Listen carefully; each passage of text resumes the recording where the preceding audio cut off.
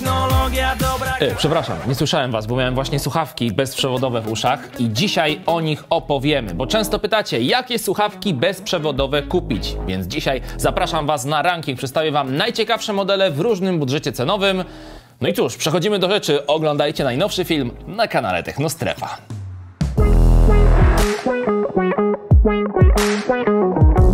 Oczywiście wiemy, że najlepiej sprzedającymi się słuchawkami bezprzewodowymi na rynku, kiedy porównujemy model do modelu, są AirPodsy. Ale czy AirPodsy są rzeczywiście najlepsze? O tym opowiem później, ale na pewno już wiecie, że nie. Ale jeżeli chcecie jeszcze większą gamę modeli niż przedstawię wam w tym filmie, bo ten film, gdybym mówił o wszystkich modelach, jakie są dostępne na rynku, to by trwał 2 godziny, więc skrócimy go trochę, przedstawimy wybrane modele. Natomiast jeżeli chcecie szerszą gamę modeli, wejdźcie na naszą stronę technostrefa.com. Tam znajdziecie ranking tekstowy, który jest aktualizowany co jakiś czas, aby właśnie te wszystkie najciekawsze modele tak naprawdę w każdym budżecie cenowym zawrzeć. Więc jeżeli szukacie jeszcze szerszego spektrum modeli, to tam wpadajcie. Zresztą ten film możecie oglądać także dużo później niż został on publikowany, więc tam ten ranking może być w tym momencie po prostu bardziej aktualny. A teraz przechodzimy już do rzeczy. Pierwszym modelem, o którym opowiem, jest Creative Outlier RV3, czyli już trzecia wersja naprawdę świetnych słuchawek, które już omawialiśmy na kanale kilka lat temu. Cały czas Creative zachował ten swój design. To etui jest naprawdę specyficzne, jeżeli chodzi o rynek słuchawek bezprzewodowych dokanałowych, czyli tak zwanych TWS-ów, ale mi się podoba, dlatego że jest dosyć bezpieczne, no i przede wszystkim wskaźniki naładowania nie tylko samego etui, ale także każdej słuchawki z osobna, co jest dosyć unikalne i robi wrażenie. Wyróżniają się one przede wszystkim niezwykle długim czasem pracy na baterii, szczególnie w tym budżecie cenowym. Jest to jeden z największych wyróżników tego modelu na tle konkurencji, nawet kilkukrotnie droższej konkurencji. Aktualnie są to najtańsze słuchawki na rynku z prawdziwym tłumieniem szumów, czyli z funkcją ANC, i nie zapominajmy także o możliwości bezprzewodowego ładowania w standardzie QI. Jest także natywna obsługa asystentów głosowych od Google i Apple. Sterowanie odbywa się za pomocą paneli dotykowych umieszczonych na pchełkach, a nie tak jak w pierwszej generacji przycisków. Chociaż ja generalnie jestem fanem przycisków i te panele dotykowe nie zawsze dobrze działają, ale niestety większość producentów w tę stronę idzie. Outlier RV3 mają także oczywiście dedykowaną aplikację mobilną, która pozwala na dostosowanie tych słuchawek do preferencji użytkownika, a nawet brzmienia do kształtu ucha. To też jest mega unikalna cecha i to w cenie całkiem przystępnej. Aha, i może najpierw jeszcze odpowiem, dlaczego nie umieszczamy w tym rankingu słuchawek do 100 zł, do 150 zł. Dlatego, że oczywiście są dobre słuchawki również w tak niskim budżecie, ale zawsze im czegoś brakuje. Natomiast my staraliśmy się postawić na słuchawki w miarę kompletne, które po prostu oferują naprawdę wysoki stosunek jakości do ceny i to spektrum funkcjonalności jest dosyć szerokie. Następnymi słuchawkami, jakie chciałem dla was omówić, są słuchawki Realme Buds R3. Natomiast tutaj jest taka dosyć ciekawa kwestia, mianowicie, że przed chwilą wyszły nowe słuchawki 3S, a kiedy przygotowaliśmy ten materiał, ich jeszcze nie było. I te 3S są droższe od 3, ale gorsze, bo nie mają ANC, a te słuchawki, które trzymam tutaj w ręku, to są w ogóle jeszcze inne słuchawki, bo Realme R3 Neo. Także jak pewnie oglądaliście moje materiały na temat smartfonów Realme, to wiecie, że nienawidzę tej firmy za nazewnictwo, to znaczy ludzie odpowiedzialni za nazewnictwo po prostu, no nie wiem, czy no coś ewidentnie im tam nie wychodzi. I podobnie jest w przypadku słuchawek, można się w tym nazewnictwie pogubić. Niemniej, cały czas można kupić słuchawki te poprzedniej generacji, czyli właśnie R3, po prostu Realme Buds R3, i one są naprawdę spoko w budżecie do 300 zł, bo mają ANC i oferują całkiem niezłe parametry odtwarzania muzyki, więc całkiem niezła jakość również płynie z tych słuchawek. Dodatkowo obudowa ma certyfikat IPX5, słuchawki wspierają Bluetootha 5.2, no i oczywiście mają, tak jak wcześniej wspomniałem, ANC i Ambient Mode. Aplikacja na smartfony jest również dostępna i ładowanie, ponownie tak jak w przypadku Creative'ów, odbywa się za pomocą portu USB-C. Czas pracy jest również nieco gorszy niż w przypadku Creative'u, bo jest to 30 godzin wraz z etui i 7 godzin na samych słuchawkach. Ważna rzecz, jeżeli chodzi o Realme Buds R3, to to, że mają one tryb gry, czyli tryb niskiego opóźnienia. Dzięki niemu dźwięk przesyłany jest z maksymalnym przesunięciem rzędu 88 milisekund, więc idealnie nadają się właśnie do oglądania filmów, czy też grania w gry w tym trybie niskiego opóźnienia.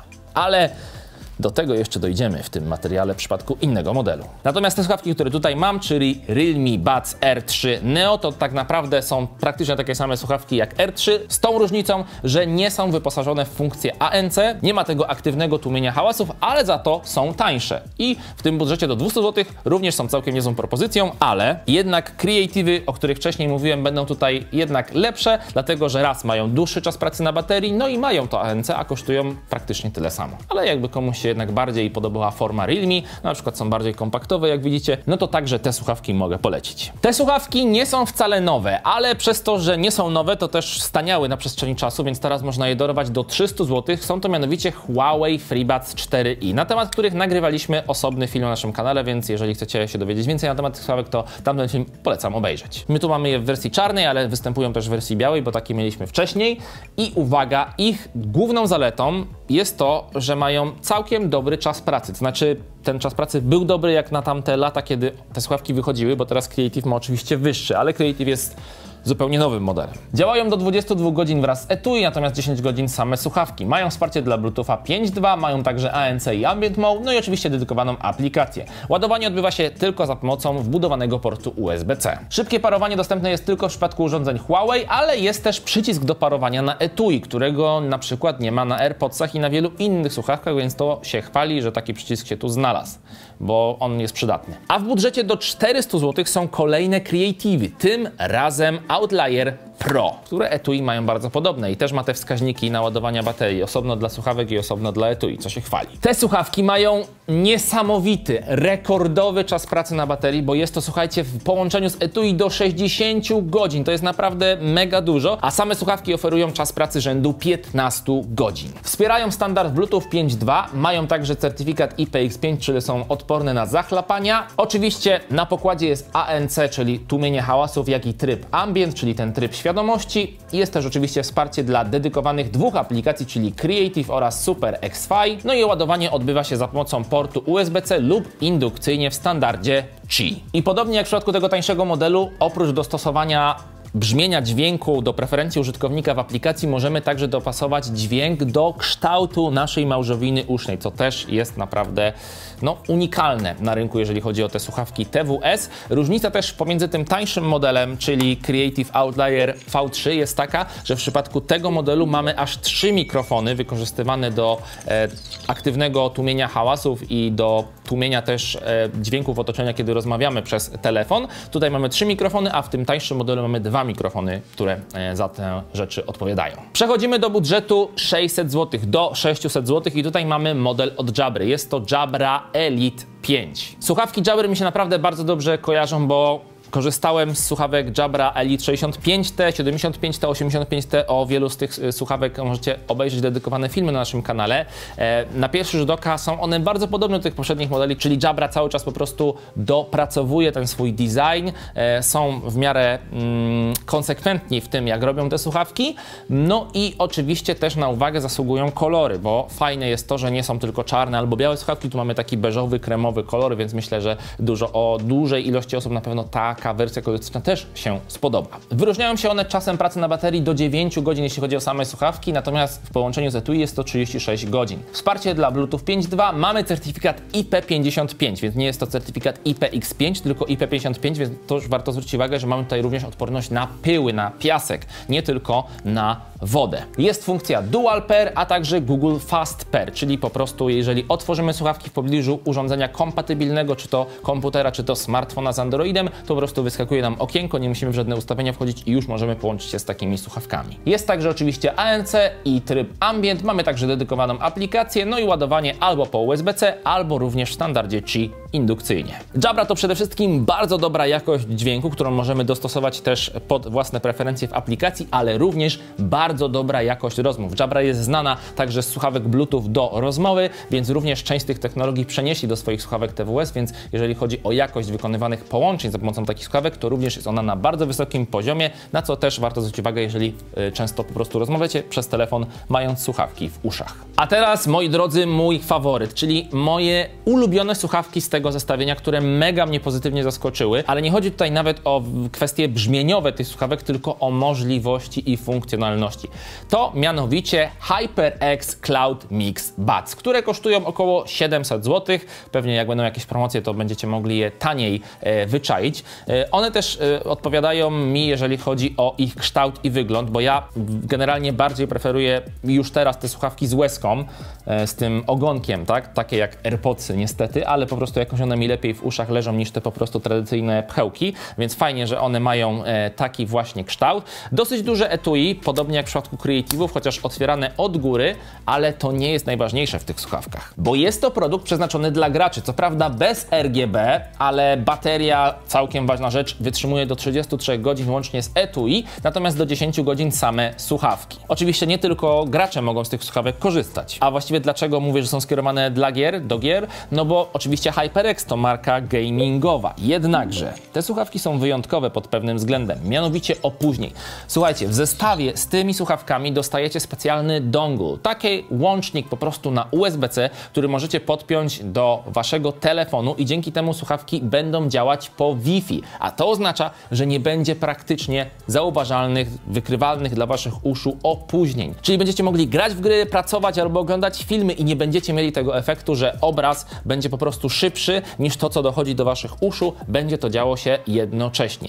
I co ważne, mamy taką malutką przejścióweczkę do telefonu, ale w zestawie również jest przewód USB-C i specjalna przejściówka na komputer, dzięki której możecie po prostu te słuchawki również podłączyć po prostu do komputera i w formie bezprzewodowej korzystać właśnie z funkcjonalności tego braku opóźnienia również w przypadku pracy na komputerze stacjonarnym czy na laptopie. A jeżeli martwicie się, że zgubicie tą przejścióweczkę, to uwaga, można ją po prostu wpiąć do portu ładowania i nosić ją ze sobą, kiedy jej nie używacie i dzięki temu jej nie zgubicie, więc też fajnie to przemyśleli. Słuchawki są kompatybilne również z Bluetoothem 5.2 oczywiście, ale po podłączeniu do tego dongla macie łączność 2,4 GHz. Jest także dedykowana aplikacja HyperX Ingenuity. W przypadku komputerów z Windowsem jest także obsługa standardu DTS Headphone X. Natomiast w przeciwieństwie do innych słuchawek TWS na rynku dostępnych w tym budżecie, jak na przykład Jabrów chociażby, to nie ma tutaj ładowania indukcyjnego, jest tylko ładowanie za pomocą USB-C. A teraz przyszedł czas na mojego faworyta w kategorii najlepsze brzmienie, bo to są zdecydowanie słuchawki TWS, które brzmią najlepiej ze wszystkich. Nie żadne AirPodsy,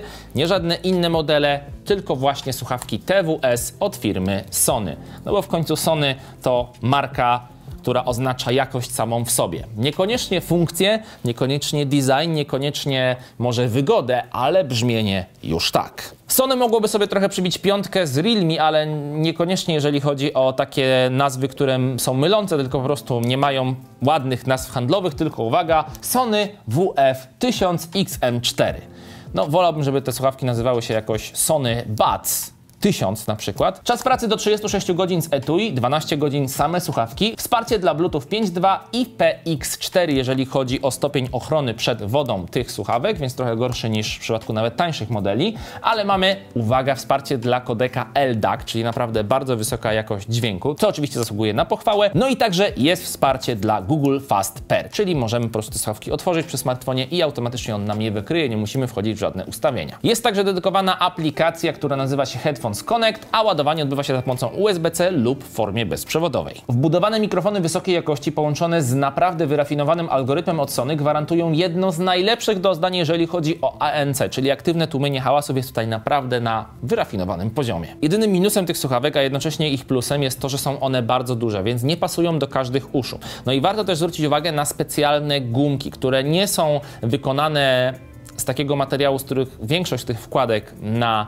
słuchawki jest wykonana w innych modelach, tylko są one zrobione ze specjalnej pianki, która po prostu ma zapewniać nie tylko to, że słuchawki będą lepiej leżeć w uszach, ale przede wszystkim, że będą po prostu lepiej grać, będą lepiej brzmieć. Także taka jest rola tych pianek. No i druga, wydaje mi się, taka kwestia jest taka, że dzięki tym piankom też mniej uszy się męczą od tych słuchawek. Natomiast przez to, że one są tak duże, na pewno nie będą pasować do wszystkich uszu i po prostu z niektórych mogą one wypadać. Z moich, jak widzicie, nie wypadają. A jeżeli ten film wam się podoba, to koniecznie zasubskrybujcie ten kanał. Dźwięk subskrypcji będzie miodem na moje uszy.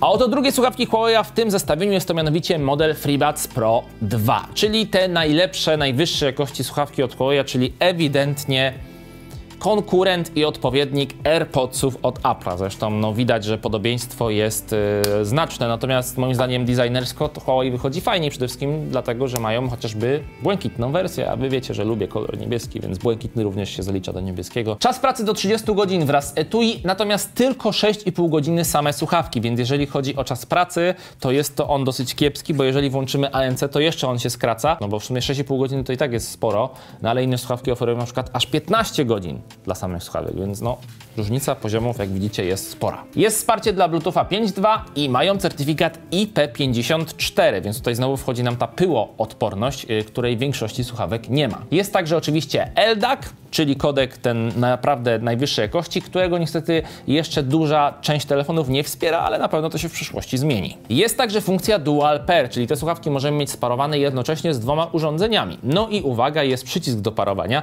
co też zasługuje na pochwałę, bo w większości słuchawek tego przycisku nie ma i to jest moim zdaniem niefajne. Jest wsparcie dla dedykowanej aplikacji AI Live od Huawei, a ładowanie odbywa się za pomocą USB-C lub bezprzewodowo w standardzie Qi. Są to zdecydowanie jedne z najlepiej brzmiących słuchawek TWS aktualnie dostępnych na rynku. Naprawdę Huawei tutaj popracował nieźle nad tymi przetwornikami. Na ich stronie można przeczytać w ogóle, jak to ta budowa wnętrza tych przetworników wygląda. Robi to wrażenie. No i dodatkowo bardzo dobrze współpracują z ekosystemem Huawei, więc jeżeli jesteście wyposażeni w inne urządzenia od Huawei, jak laptop, jak tablet, jak smartfon czy zegarek, to te słuchawki naprawdę z tymi innymi urządzeniami będą bardzo dobrze funkcjonować. Na koniec jeszcze mały smaczek, bo mówiłem wam, że one naprawdę nawiązują do AirPodsów i nie jest tak tylko w przypadku wyglądu, ale także budowy samych słuchawek.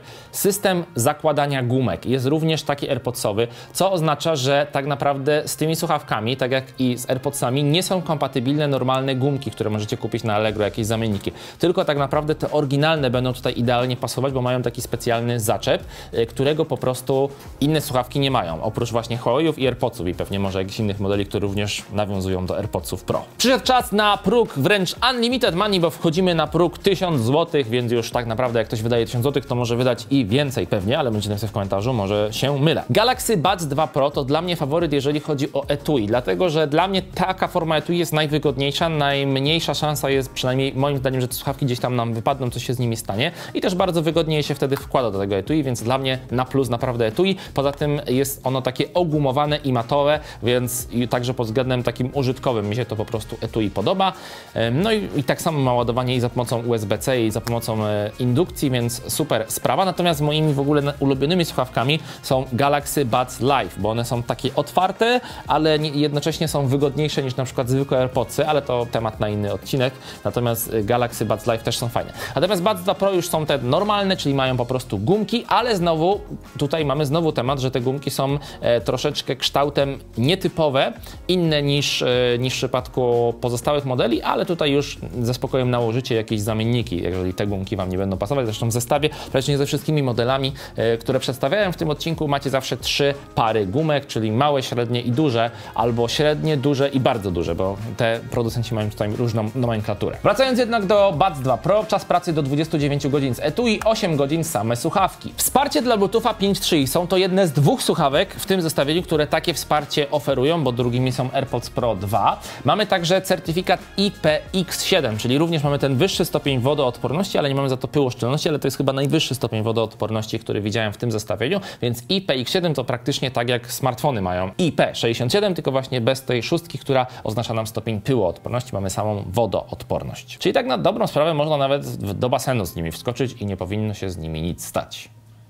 Mamy to sprawdzić? Jest wsparcie dla kodeka LE Audio, ale żeby otrzymać tę najwyższą jakość przesyłanego dźwięku, to musimy te Galaxy Budsy mieć sparowane, uwaga, ze smartfonem Samsunga. Czyli podobnie jak w przypadku Apple'a, AirPodsy muszą być z iPhone'em, a w przypadku Huawei FreeBudsy muszą być z Huawei'em sparowane, żeby tę najwyższą jakość po prostu uzyskać. Nie inaczej jest w przypadku Samsung Galaxy Budsów. Jest funkcja Dual Pair, jest oczywiście ANC, jest dedykowana aplikacja. W skrócie są to bardzo dobre i wygodne słuchawki, ale tylko dla użytkowników telefonów Samsunga. Wiele funkcji, jak na przykład Audio 360, czy właśnie ta wysoka jakość jest zarezerwowana tylko dla tych smartfonów. Aha, i warto jeszcze wspomnieć, że też jeżeli macie Samsunga i korzystacie z tej sieci Samsung Smart Things Find, czy Samsung Find, nie wiem jak to się teraz nazywa, czy używacie na przykład tych tagów samsungowych do znalezienia różnych rzeczy, to słuchawki również w tę sieć się wpinają i jeżeli je zgubicie, to będziecie mogli za pomocą tej aplikacji Find po prostu je znaleźć.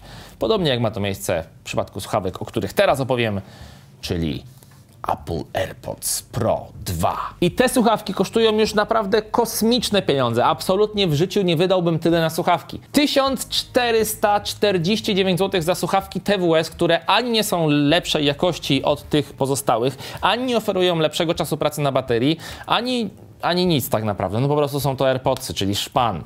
Szpan na dzielni. Czy uważacie, że AirPodsy to jest szpan? Do 30 godzin czasu pracy na baterii wraz z etui, natomiast 6 godzin same słuchawki. Wsparcie dla Bluetootha 5.3, certyfikat IPX4. Nie ma do tych słuchawek dedykowanej aplikacji, są natomiast dedykowane opcje, które się pojawiają, ale tylko w przypadku, kiedy macie iPhone'a. Kiedy używacie tych słuchawek z Androidem, to po prostu są one wybrakowane i chyba nie ma sensu kupowania ich do telefonu z Androidem, po prostu będą one trochę niepełnosprytne, a.k.a. upośledzone. Ale najśmieszniejsza kwestia to kwestia ładowania, bo te słuchawki, no słuchajcie, przygotujcie chusteczki, bo możecie śmiać się do rozpuku z tego. Uwaga, ładowanie odbywa się za pomocą portu Lightning. Jednocześnie możecie je ładować bezprzewodowo w standardzie Qi, czyli na bezprzewodowej ładowarce, ale uwaga, z jakiegoś dziwnego powodu możecie je też ładować za pomocą ładowarki od Apple Watcha. Nie wiem dlaczego, ale Apple Watcha nie da się ładować za pomocą ładowarki Qi.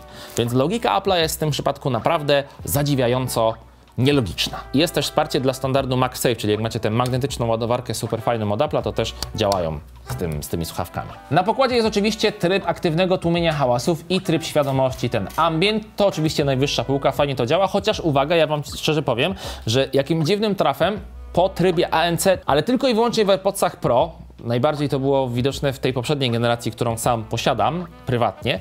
Natomiast bolą mnie po prostu uszy od tego trybu ANC. W innych słuchawkach nie mam tego efektu, że od trybu ANC mnie bolą uszy, natomiast od AirPodsów mnie po prostu uszy bolą. Z jakiegoś dziwnego powodu. Może ten tryb ANC w AirPodsach używa jakiejś innej częstotliwości fal. Jak za tą cenę te słuchawki brzmią co najwyżej przeciętnie i to pomimo tych różnych technologii, o których Apple tak świetnie pisze na swojej stronie. Czyli na przykład Spatial Audio, czyli pierdołka z braku lepszego określenia na gimmick. Jest to fajne, ale do pobawienia się przez 5 minut po prostu śledzi nam dźwięk, nasze ruchy głowy, nic nowego, mamy to w słuchawkach, w głośnikach, w kinach domowych od dawna. Znaczy dobra, no może nie ze śledzeniem ruchów głowy, ale wiecie o co chodzi, po prostu, że jest dźwięk przestrzenny. Słuchawki mają też wbudowanego AirTaga, czyli również można podpiąć je do tej sieci Find My. Tych urządzeń Apple'a macie je w tej aplikacji, możecie je po prostu tam znaleźć, jak się zgubią, gdzieś je zostawicie, to po prostu za pomocą tej aplikacji możecie je zlokalizować. I uwaga, na koniec jest też ten system gumek, o których wam opowiadałem w przypadku Huawei'a, czyli żadne inne gumki, tak naprawdę zamienniki nie będą z tymi słuchawki współpracować, no bo uwaga, jak je się tutaj wyjmie, to one się odczepiają razem z takim zaczepem, więc no tutaj nie zamontujecie żadnych innych gumek, po prostu one nie będą hulać, więc tylko gumki oryginalne, nawet nie wiem, czy można je kupić tak jakby jako akcesorium. Plusem oczywiście AirPodsów na tle innych słuchawek, jeżeli spinamy je z iPhone'em, jest to, że mają raczej niższe opóźnienie niż w przypadku innych słuchawek, no bo iPhone oczywiście obsługuje tylko kodeki Apple'owe, przynajmniej dobrze obsługuje tylko kodeki Apple'owe, a właśnie AirPodsy wspierają kodeki Apple'owe, no więc jak wiadomo z iPhone'em to dobrze działa. To nie znaczy jednak, że inne słuchawki będą działać źle z iPhone'em, bo również będą oferować wysoką jakość brzmienia, ale z zasady mogą mieć większe opóźnienie w porównaniu do AirPodsów. Jeśli miałbym wybrać słuchawki, które mi się najbardziej podobały w tym odcinku, to byłyby to na pewno Creative Outlier RV3, bo naprawdę stosunek jakości do ceny jest chyba najwyższy ze wszystkich modeli, które wam pokazałem. Naprawdę super jakość dźwięku, ale przede wszystkim bardzo długi czas pracy na baterii. No i te HyperXy dzięki temu, że mają ten tryb opóźnienia bardzo niskiego, bo łączymy się wtedy na tak naprawdę na Wi-Fi 2,4 GHz dzięki temu donglowi. No i oczywiście soniacze za naprawdę super jakość brzmienia, specjalne inne gumki wykonane nie z silikonu, nie z gumy, tylko po prostu z pianki, więc te 3 modele naprawdę bardzo, bardzo ciekawe moim zdaniem. Linki do wszystkich modeli znajdziecie jak zwykle w opisie pod filmem, a także pamiętajcie o rankingu smartfonów na naszej stronie. Czekam na wasze komentarze, co wy sądzicie, która z tych par słuchawek byłaby waszym zdaniem najlepsza dla was, a jeżeli chcecie takiego na przykład smartfona sobie dobrać do słuchawek TWS, to sprawdźcie ten film. Tymczasem na razie trzymajcie się, pa pa!